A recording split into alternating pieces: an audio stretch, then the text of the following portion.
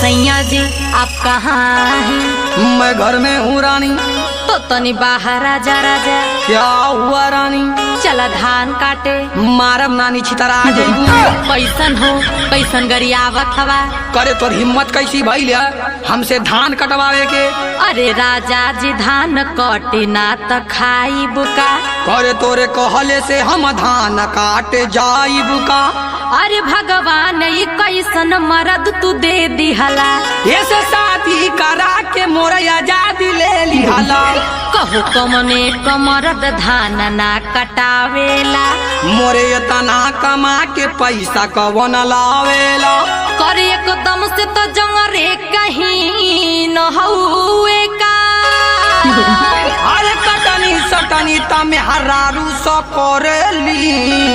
करे बताव की मरदे का काम हुए का?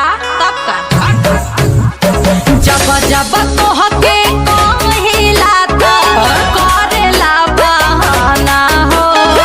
जब जब तोहके कहिला त करेला बहाना हो। कर बनाता खइबा ये रजऊ। कर बनाता खइबा ये रजऊ।